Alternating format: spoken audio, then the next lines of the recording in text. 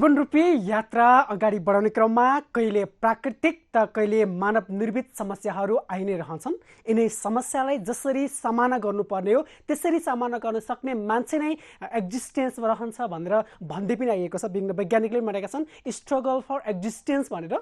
र यो समय पनि त्यस्तै खालको एउटा स्ट्रगल गर्नुपर्ने समय हो मानव जातिको लागि। कोभिड-19 अथवा कोरोना भाइरसले विश्व सशङ्कित हुँदै गर्दा, विश्व आतंकित हुँदै गर्दा हामी पनि त्यसबाट पछितो छैनौँ। त्यो हिसाबले गर्दा दिन प्रतिदिन संक्रमितको संख्या बढे सँगसँगै विभिन्न ठाउँमा लकडाउन पनि गरिएको छ।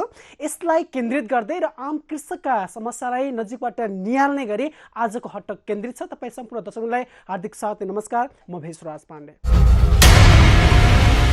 दर्शकवृन्द, काठमाडौँ उपत्यका वास्तवमा केही समय पहिला एउटा सुरक्षित ठाउँ मानिन्थ्यो कोभिड-19 को हिसाबले, तर पछिल्लो समयमा यहाँ दिन प्रतिदिन सयौंको संख्यामा नयाँ संक्रमित थपे सँगसँगै काठमाडौँ उपत्यका भित्रमा एक हप्ताको लागि लकडाउन यानि कि कर्फ्यू निषेधाज्ञा जारी भएको छ। यो बारे कुराकानी गर्नको लागि र यो भित्रको पनि एउटा प्रतात्विक हिसाबले र अझ बढी कृषक भएको एउटा जिल्ला भक्तपुर जिल्ला, जसलाई नजिकबाट निहाल्नको लागि आज हामी समक्ष भक्तपुर जिल्लामा प्रमुख जिल्ला अधिकारीको रूपमा कार्यरत होमकला पाण्डे म्याम हुनुहुन्छ। हजुर पाण्डे म्याम, हार्दिक स्वागत छ कार्यक्रममा। हजुर मैले पनि अघि उद्घोष गरि पनि सकेको छु कि काठमाडौँ उपत्यकामा जुन लागू गरिएको लकडाउनले गर्दा हरितालिका तीज पनि अलिकति प्रभावित भएकै छ, किनकि चेलीबेटीहरू माथि जानुपर्ने लगायतका समस्याहरूमा रहिरहनु भएको छ। तथापि यो निषेधाज्ञा जुन जारी भएको छ यसलाई कसरी लिनुभएको छ? तपाईँहरू आफै नै लागू गर्नु भएकै हो न त? तथापि यति बेला हामीलाई भन्नुपर्दा यो निषेधाज्ञाले के साँच्चीकै नियन्त्रण होला त कोभिड-19? यो निषेधादेशले पक्कै पनि संक्रमण फैलिन नदिएर केही रोकथाम पक्कै पनि गर्नेछ। जब संक्रमणको दर चाहिँ उपत्यकामा व्यापक रूपमा फैलिरहेको छ, दिनको 200 जनाको दरले लगभग 200 जनाको दरले संक्रमितहरू बढ्दै गएको सन्दर्भमा मुभमेन्टलाई कम गर्ने बित्तिकै, मान्छेहरूको हिँडडुललाई कम गर्ने बित्तिकै यो संक्रमण एक व्यक्तिदेखि अर्को व्यक्ति, परिवारदेखि अर्को परिवार र समुदायसम्म फैलिन रोकिन्छ। र यो विभिन्न कार्यालयहरू पनि अहिले बन्द छन्, त्यसै गरी उद्योग धन्दा कल कारखाना बन्द छन्। त्यहाँ मानिसहरूको हिँडडुल बढी हुने, सम्पर्क बढी हुने हुनाले त्यहाँबाट सर्ने सम्भावना हुन्थ्यो। त्यो सम्भावना पनि कम हुने अवस्था देखिएको छ। सँगसँगै हामीले देखिरहेका छौँ अहिले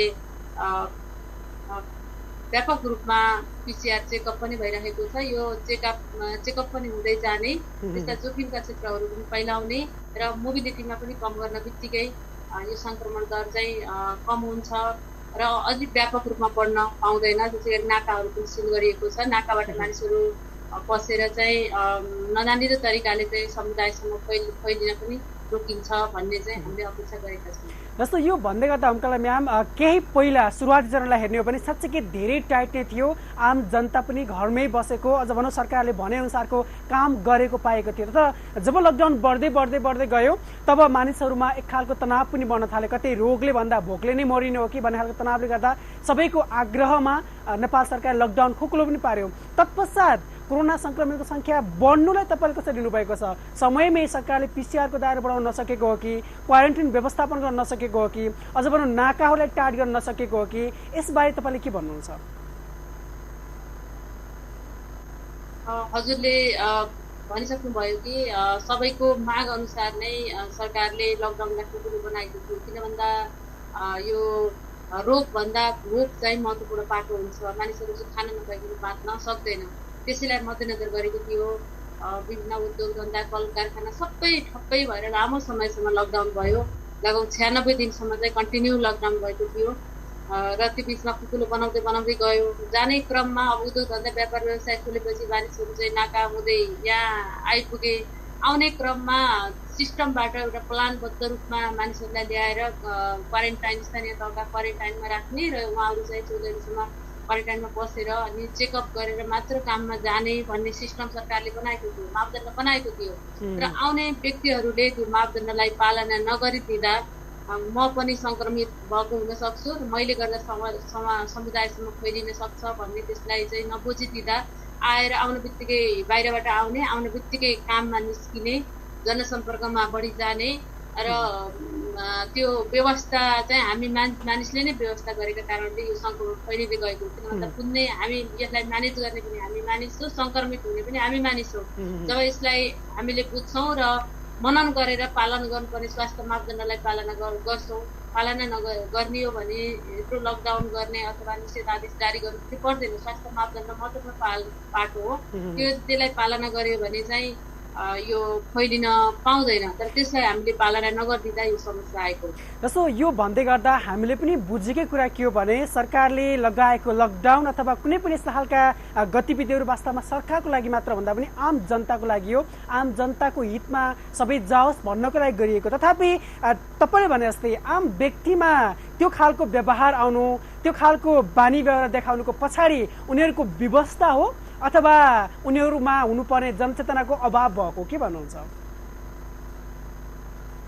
जनचेतनाको अभाव भन्न त मिलेन यसमा, किन भन्दा यो चाहिँ लगभग हामी चाहिँ 7-8 महिना भइसकेको छ यो कोभिड-19 यसले सङ्क्रमण फैलाउँछ भनेर चाहिँ हाम्रो चाहिँ भारतका नाकाहरू पनि बन्द छन्, स्थानीय तह समितिबाट प्रचार भइसकेको छ, विदेशबाट आउने नाका पनि बन्द छन्, क्वारेन्टाइन, आइसोलेसन, जनसञ्चार जताततै विषयहरू आइरहेका छन् र सरकारले चाहिँ व्यक्तिको चाहिँ निःशुल्क उपचार गरिरहेको छ। हामीले हेरौँ न, पिसिआर चेकअप गरेको छ, स्वास्थ्य मापदण्ड बनाएको छ, क्वारेन्टाइनमा बस्ने व्यक्तिहरूलाई खाने बस्ने व्यवस्था गरेको छ, सङ्घले होस्, प्रदेशले होस्, स्थानीय तहले होस्, आखिर सरकारकै पैसा खर्च भएको जनताको लागि र जनताकै लागि मापदण्डहरू गरेका छन्।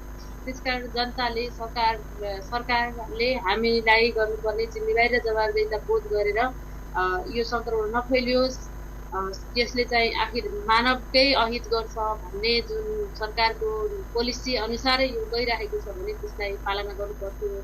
मैले जनचेतना नभएर त भन्न सक्दिनँ, कतिपय बाध्यता पनि हुन सक्छन्। मानिस चाहिँ अब दिनभरि काम गरेर बाँच्नुपर्ने मानिसहरू पनि छन् हाम्रो समाजमा, बेलुका त्यही खाएर बाँच्नुपर्ने मानिसहरू पनि छन्। कतिपय मानिसहरू जानी बुझिकन यसको व्यवस्था गरेका छन्, जस्तो होटेलमा बस्ने, साथीभाइ जम्मा हुने र खाने, रमाइलो गर्ने, चोकमा भेला हुने। त्यसपछि अब सङ्क्रमण फैलिन्छ भन्ने थाहा छ हुँदाहुँदै पनि अब धर्मका नाममा मन्दिरहरूमा गएर भिडभाड गर्ने, यी चाहिँ कुराहरू जुन कतिपय संस्कार गर्ने कुराहरू चेतना नभएको पनि होइन, भए पनि यसको कारण भएको होइन भन्ने कुरा प्रश्न हुन्छ यहाँबाट, होइन त? चेतना चाहिँ जस्तो चेतना त हाम्रो परिवारमा 3 पुस्ता 4 पुस्ताको परिवार बस्छौँ हामी। बाबुआमाले नबुझे छोराछोरीले बुझाउन सक्छन्, नातिनातिनाले बुझाउन सक्छन्, त्यो बुझिराखेका पनि छन् होइन। नबुझेर होइन, यसको व्यवस्था गरेर हो भन्छु मैले। कतिपय धेरै जसो व्यवस्था गरेर हो, कतिपय चाहिँ बाध्यता पनि छ, हुन त अब यो कोभिड-19 भन्ने बित्तिकै संसारले पहिलो पटक अभ्यास गरिरहेको छ। कुनै अभ्यासहरू सफल भइरहेका छन्, कुनै अभ्यासहरू असफल भइरहेका छन्। यसमा सरकारको मात्र दोष, जनताको मात्र दोष भन्दा पनि विभिन्न खालका कुराको एउटा समष्टिगत रूप नै असफलता भएको हो कि जस्तो लाग्दै गर्दा। यसरी अब काठमाडौँ उपत्यकाभित्रलाई केन्द्रित कुराकानी गर्नुपर्दा एक हप्ते जुन निषेधाज्ञा जारी भएको छ तपाईँ प्रजियोहरू बिचमा, नगरपालिकाका मेयरहरू बिचमा समन्वय पश्चात यो एक हप्ता खास सफिसियन्ट हो त भन्ने प्रश्न पनि उठ्छ। यसलाई के भन्नुहुन्छ बारे?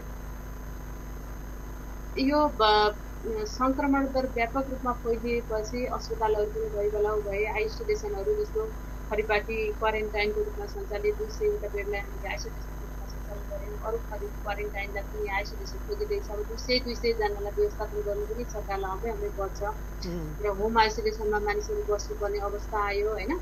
होम आइसोलेसनमा बस्ने व्यक्तिहरूको सबैको त्यो स्वास्थ्य मापदण्ड नपुर्याउन सक्छन्, त्यसले झन् समुदायका अरू सदस्यमा पनि फैलिन सक्छ।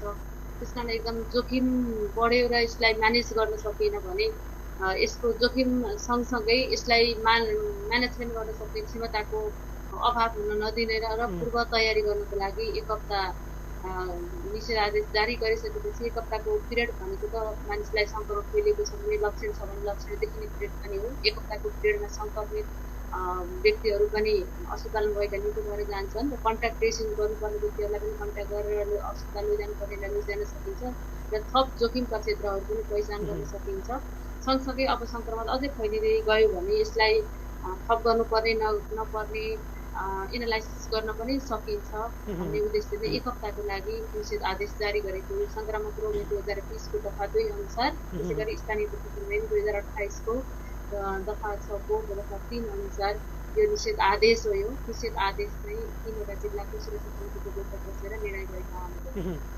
पक्कै पनि यो कुरा तपाईँ गर्दै गर्दा हुन त वास्तवमा मानिसको चहल पहल कम होस् र जुन खालको समस्या अहिले देखिएको छ के साँच्चैकै समुदायमा प्रवेश गरेकै हो त अथवा कुन कुन ठाउँमा यसले प्रभाव बढी पारेको छ भन्ने सत्यता बाहिर ल्याउनको लागि बुझ्नको लागि पनि यो तपाईँले भने जस्तो निषेधाज्ञा जारी गरिएको छ। यसको कार्यान्वयन भयो भएन भन्ने कुरालाई पनि हेर्नुपर्ने हुन्छ। सडकका मेन बाटो शून्य देखिन्छ, जहाँ आवाज जावत पनि छैन, चहल पहल पनि छैन, तर भित्रका गल्लीहरूमा भने अझै पनि त्यो चहल पहल कायमै रहेको देख्दा यसलाई तपाईँले के को नजरमा हेर्नुहुन्छ अथवा के तरिकाले एनालाइसिस गर्दै हुनुहुन्छ? अब हामीले निषेध आदेश जारी गर्दा केही तोकेका छौँ, जस्तो अत्यावश्यक वस्तु वा सेवा खरिद गर्नुको लागि मानिस बाहिर निस्किन सक्छन्, बिरामी घरमा बाहिर निस्किन सक्छन्, त्यो प्रमाण सहित निस्किन सक्छन् भनेर भनेका छौँ। जस्तो अब हामीले अघिदेखि नै रोग र भोकको कुरा गरिरहेका छौँ। अब खानु पर्यो, आफ्नो जीवन गुजारा गर्नुको लागि उहाँहरू स्वास्थ्य मापदण्ड पालना गरेर बिहान बाहिर निस्किन सक्नुहुन्छ, बिहान बेलुका जुनसुकै समयमा पनि समय तोकेको छैन। तर स्थानीय सरकारले आफ्नो स्थानीय तहमा निर्णय गरेर समय तोकिदिएको देखिन्छ। जस्तो भक्तपुरमा पनि विभिन्न नगरपालिकाले समय तोकिदिनु भएको छ जनताहरूलाई बाहिर निस्किनुको लागि। कसैले 10 बजीसम्म, कसैले 9 बजीसम्म तोकेको देखिन्छ। उहाँहरू आफ्ना खाद्यान्न तरकारी फलफुल किन्नको लागि बाहिर निस्क्यो भने त्यसमा उहाँहरूले चाहिँ स्वास्थ्य मापदण्ड पालना गर्नुभएको छैन, फिजिकल डिस्टेन्स छैन भनेर हामीले हेर्ने गर्छौँ। त्यसपछि चाहिँ उहाँहरू नगरपालिकाको समयअनुसार उहाँहरू भित्र बसेको देखिन्छ। एकदमै बाक्लो बस्ती भएको हुनाले घरमा दिनभरि बस्न गाह्रो हुने हुनाले घरको तल आएर कम्पाउन्डमा बस्ने, गफ गर्ने, अलिक फिजिकल डिस्टेन्स काम गरेर बसेको देखिराखेका छौँ। त्यो चाहिँ त्यसमा चाहिँ केही फरक पर्दैन। उहाँहरू आफ्नो घरको कम्पाउन्डमा आएर बसेर फरक पर्दैन। त्यो घरबाट निस्किने, बजारतिर जाने, मुभमेन्ट बढाउने, विभिन्न चोक पसलमा जाने, अनि त्यसले चाहिँ बस्ने, गफ गर्ने, एकअर्काको खाना सेयरिङ गरेर खाने र विभिन्न सभा सम्मेलन गोष्ठी गर्ने, त्यसले चाहिँ बढी सङ्क्रमण फैलाउने सम्भावना हुन्छ। आफ्नै परिवारभित्र फिजिकल डिस्टेन्स काम गरेर घरको अगाडि घरको नजिकै त्यसरी बस्दा चाहिँ खासै फरक पर्दैन। उहाँले चाहिँ मापदण्ड पालना गरेको देखिरहेका छौँ। अहिले चाहिँ उहाँहरूले एकदमै सचेत भएको देखेको छु पछिको 3 दिनको एनालाइसिस गर्दाखेरि। भनेपछि यहाँबाट के बुझ्न सकिन्छ भने आम व्यक्तिले बुझ्नु जरुरी छ कि कहाँ जाँदा ठिक हुन्छ, कहाँ जाँदा के गर्नुपर्छ, अथवा घरमै बस्ने, रुममै मात्र बस्ने पो हो कि भन्ने कुरा पनि आम व्यक्तिले बुझिसकेको हुनाले गर्दा जुन खालको चहलपहल देखिएको जस्तो महसुस हुन्छ त्यो भनेको घरमै तल आएर बसेको भन्ने कुरा पनि तपाईँको रहँदै गर्दा अजायज होइन, तथापि सतर्क चाहिँ बन्नुपर्छ भन्ने कुरा पनि जोड दिनुहुन्छ। यो बिचमा तपाईँले अघि पनि जोड्नुभयो कि अत्यावश्यक सामग्री, हजुर, अत्यावश्यक सामग्रीको लागि आवत जावत खुला नै छ भन्दै गर्दा कृषि व्यवसाय पनि त्यस्तै खालको एउटा क्षेत्र हो जहाँ उत्पादित वस्तुहरूलाई अत्यावश्यक वस्तुको रूपमा राखिएको छ। भक्तपुर जिल्ला आफैमा पनि धेरै कृषकहरूको एउटा ठाउँ भएको हुनाले गर्दा, कृषियोग्य जमिन भएको ठाउँ भएको हुनाले गर्दा भक्तपुर जिल्लाभित्रको कृषि अनि कृषि उत्पादनलाई तपाईँ त्यहाँको प्रजीवको नाताले कसरी हेर्नुहुन्छ? हो, यसभन्दा अगाडि हामीले लकडाउनमा पनि धेरै सहजीकरण गरेका तरकारीहरू उत्पादन भइरहेको थियो, गहुँहरू, बालीहरू पनि उत्पादन भइरहेको थियो। अहिले पनि तरकारीहरू उब्जाउ भइरहेको छ। हामीले त्यसलाई चाहिँ जस्तो तरकारी भनेर सूचनामा पनि यसलाई अत्यावश्यक वस्तुभित्र राखेका छौँ।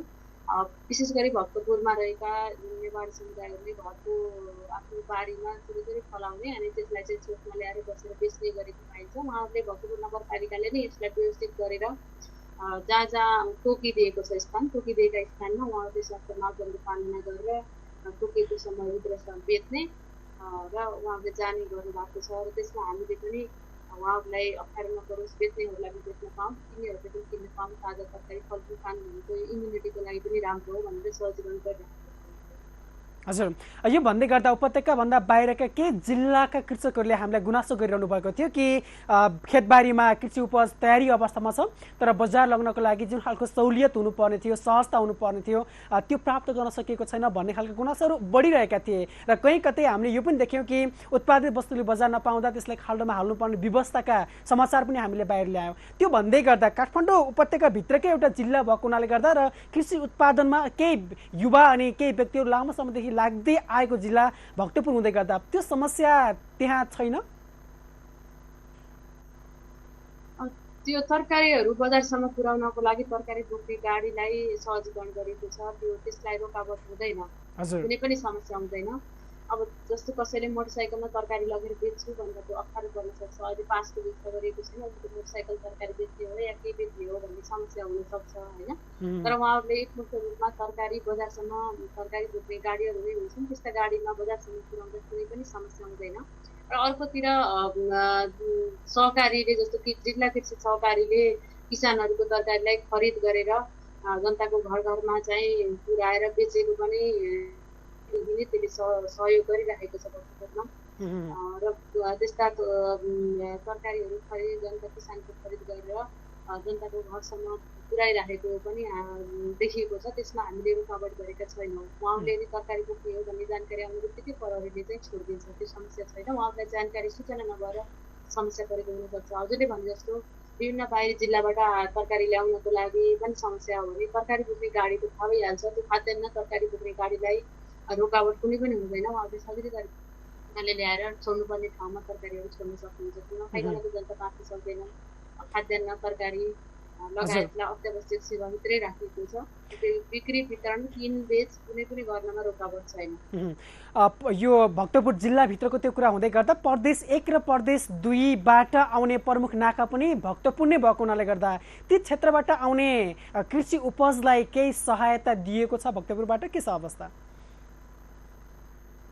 खाद्यान्नका गाडीहरू तरकारी बोक्ने गाडीलाई रोकावट छैन। इभन दुधलाई पनि राखिएको छ। जस्तो दुध तरकारी भनेर उसमा सूचना हाम्रो वेबसाइटमा हाम्रो सूचनामै अत्यावश्यक सेवाभित्र यी पर्छन् भनेर छुट्याएर राखेको हुनाले त्यसमा रोकावट गरिएको छैन। दुध बोक्ने र मोटरसाइकलमा दुध बोकेर ल्याउनेले पनि त्यो दुध बोक्ने जर्किनहरू हुन्छ मोटरसाइकलमा, प्रहरीले थाहा पाइहाल्छ, चिनिहाल्छ, त्यस कारण रोकावट उहाँहरूले गर्नुहुन्न। समस्या छैन यस्तो। खाद्यान्न, डेरी, दुध, तरकारी, फलफुल, खाद्यान्नका गाडीहरूलाई कुनै पनि ठाउँमा रोकावट छैन। हजुरले त्यसै गरी उहाँहरूलाई चाहिँ बरु जानकारी दिनुभयो हुन्छ। पक्कै पनि आम व्यक्तिले पनि बुझ्नुपर्ने कुरा छ र जो यो क्षेत्रमा आबद्ध हुनुहुन्छ उहाँहरूले पनि बुझ्नुपर्ने कुरा छ कि खाद्यान्न लगायतका अत्यावश्यक वस्तुको लागि कहीँ पनि रोकबाट छैन। त्यसको लागि त्यो आफूले बुझेर त्यो अनुसारको बन्दोबस्त मिलाउन पनि सकिन्छ भन्ने कुरा गर्दै गर्दा जस्तो भूमकला म्याम हामीले लामो समयदेखि भन्दै आएको एउटा कुरा के छ भने कुनै पनि हजुरले यस विषयमा मैले अहिलेको विषयमा प्रश्न पार्छु। कसैलाई त्यता तरकारी खाद्यान्न बोकेको गाडीलाई कहीँ अवरोध आयो, अप्ठ्यारो आयो, उहाँहरूले चाहिँ निस्किन सक्नु भएन भने मेरो यो अफिसको नम्बरमा कन्ट्याक्ट गरेर हामीलाई कन्ट्याक्ट गरेर उहाँहरू आउन सक्नुहुन्छ। हामी सहजीकरण गर्छौँ, त्यसमा कुनै पनि समस्या छैन। पक्कै पनि कर्मचारी भनेका राष्ट्र सेवक हुन् भनिन्छन्, आम जनताको सेवामा लागेका हुन्छन् भन्दै गर्दा तपाईँले बोलेको शब्द नै काफी छ कि सरकारी कर्मचारी हुँदैमा अहमता भन्दा पनि आम जनताको समस्याको सहजीकरण गर्ने माध्यममा लागिरहन्छ भन्ने कुरा प्रतिबद्धता यो जायज पनि छ। यो विषयमा तपाईँलाई एउटा सोध्दै थिएँ कि हामीले पसलसम्म एउटा आवाज उठाइरहेका छौँ कि जहाँ खेती गर्नुपर्ने थियो त्यहाँ ठुला ठुला गगनचुम्ने भवनहरू बनिरहेका छन्, अनि जहाँ भवन बनाइनु पर्ने थियो त्यो ठाउँ यत्तिकै खेर गइरहेको छ अथवा अरू कामको लागि प्रयोग गरिएको छ। भन्नुको त भक्तपुर पनि एउटा त्यस्तै क्षेत्र हुन त काठमाडौँ उपत्यका आफैमा पनि कृषियोग्य जमिनले भरिएको ठाउँ बनिन्छ, त्यो भित्र पनि भक्तपुर जिल्लाको अझै विशेष महत्त्व रहेको छ। यसबारे केही तपाईँले सोच्नु भएको छ? तपाईँको अधिकारभित्र पर्छ यो बारेमा बोल्नको लागि अथवा केही खालका निर्णयहरू गर्नको लागि के भन्नुहुन्छ? भक्तपुर काठमाडौँ उपत्यका नै अत्यन्त उर्वरशील भूमि हो। यहाँको उत्पादन, यहाँको जमिन र यहाँको उब्जनी, यहाँको खेतीलाई हेर्दा हामी सबै नै मोहित हुन्थ्यौँ। अहिले हेर्दा हेर्दै अब गगनचुम्ने भवनहरू बनिरहेका छन्। अब विशेष गरी भक्तपुर त ऐतिहासिक यो सांस्कृतिक महत्त्वले भरिभराउ भएको सहरको रूपमा पनि लिइन्छ र सँगसँगै त्यहाँको नेवार समुदाय, उहाँहरूको संस्कार, उहाँहरूको सभ्यता र उहाँहरूको अहिलेसम्मको त्यो आफ्नो खेती किसानी गर्ने त्यो पेसा, परम्परागत पेसालाई चाहिँ निरन्तरता दिइराख्नु भएको छ। तर सँगसँगै हजुर भने जस्तो आधुनिकीकरण सँगसँगै उहाँहरूले खेती किसानी गर्ने जग्गामा अब भवनहरू भन्दा उहाँको पेसा चाहिँ खुम्चिँदै गएको चाहिँ देखिन्छ। अब अहिलेको नयाँ पुस्ता चाहिँ विदेशतिर जान सुरु गरेको छ, तर जुन अहिले पनि मध्यम उमेरका र ज्येष्ठ नागरिकहरू जति हुनुहुन्छ उहाँहरू चाहिँ 80-90 वर्षको पनि तरकारी उब्जाएर बाटोमा चोकमा बसेर बेचिराखेको एउटा मुठा यो फर्सीको मुन्टा, बन्दा लगायतको तरकारीहरू बेचेर बसेको देखिन्छ। यसले गर्दाखेरि उहाँहरूले पहिला थियो उहाँहरूले तरकारीहरू उब्जाउनुहुन्थ्यो, अहिले देखेका छौँ। अब यो हामी सबैले महसुस गरेकै विषय हो। हाम्रो चाहिँ योजनाबद्ध सहरी विकास बनाउन नसकेको स्मार्ट सिटी त्यो सँगसँगै कृषि तथा पशुपक्षी विकास मन्त्रालयले भर्खरै ल्याएको भूमि ऐनले पनि यसलाई केही समेट्ने प्रयास गरेको छ।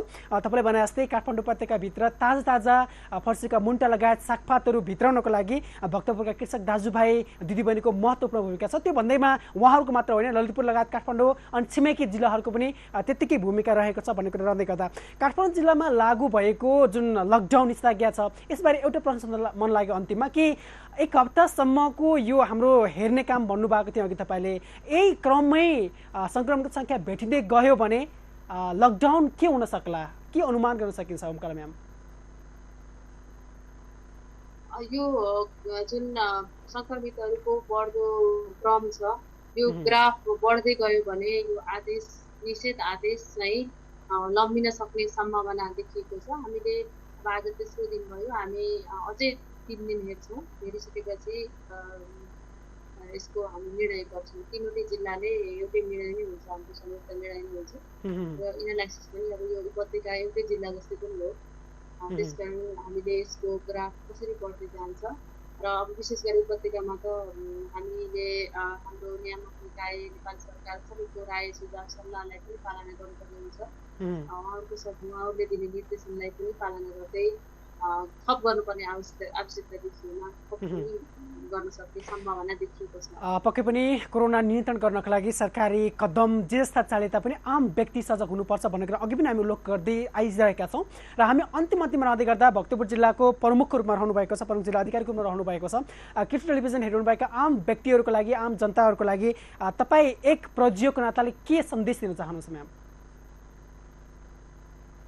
सम्पूर्ण जनताहरूलाई, सम्पूर्ण भक्तपुर जिल्लावासी नागरिकहरू र सम्पूर्ण उपत्यकावासी नागरिकहरूलाई पक्कै पनि अलिकति असहज महसुस भएको छ। आफूले विभिन्न पेसा व्यवसाय जागिर खाएर हामी चाहिँ काठमाडौँमा बसिरहेका छौँ, आफ्नो कर्म गरेका छौँ, तर बिचमा विश्वमा आएको महामारीले विश्वमा नै विपद पारेकोमा नेपालमा पनि त्यो अवस्था देखिएको छ, समस्या आएको छ। उपत्यकामा झन् बढ्दै गएको हुनाले यो निश्चित आदेश जारी गरेको यो समयमा हजुरहरूले फेरि धारण गरिराख्नु भएको छ। अझै पनि फेरि धारण गरेर यो आदेशको पालना गरिदिनु होला, जसले गर्दा आफ्नो परिवार, समाज, समुदाय सङ्क्रमित हुन पाउँदैन। सरकारलाई, हामी सबैलाई, जनतालाई सहज रूपले बाँच्ने वातावरण तयार हुन्छ। यसको लागि फेरि धारण गरिदिनुको लागि म हार्दिक हुन्छ ओमकला म्याम, हजुरको पनि सुस्वास्थ्यको कामना गर्न चाहेँ र जनतालाई दिनुपर्ने सेवाहरू दिनको लागि कटिबद्ध हुनुहुन्छ, अझ पनि गर्दै जानुहोला। केही समय अगाडि एउटा राम्रो प्रयोजक रूपमा तपाईँले नाम पनि भनौँ, तपाईँको नाम पनि बाहिर आएको थियो, एउटा खुसीको क्षण पनि छ यो। आउने दिनमा अझ त्यो सुगन्ध फैलिँदै जाओस्। शुभसहित बिदा गर्न चाहन्छु यति बेला कार्यक्रम हटकबाट। हजुरलाई पनि धेरै धेरै धन्यवाद।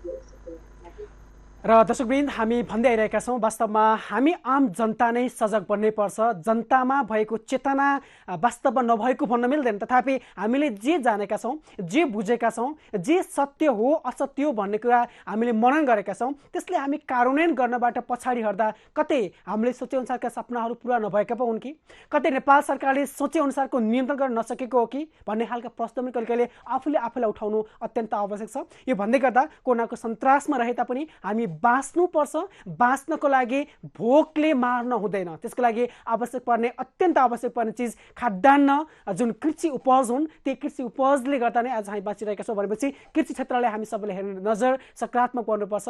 हामी घरमै रहँदै गर्दा पनि कृषि व्यवसायलाई अँगाल्न सक्ने हो। अझ यसबाट के गर्न सकिन्छ भन्ने खालको आत्मबल उच्च भएर काममा लाग्ने हो भने सङ्क्रमण नियन्त्रण पनि हुँदै जान्छ। सँगसँगै कृषि उपजबाटै हामी आत्मनिर्भरताको बाटो अँगाल्छौँ। यो नेपाल सरकारले चाहेको र हामी सबैले चाहेको कुरा पनि हो भन्ने कुरा राख्दै हट्टकबाट तपाईँ सम्पूर्ण दर्शकवृन्दको शुभकामना गर्दै म भेषराज पाण्डे बिदा हुन चाहन्छु।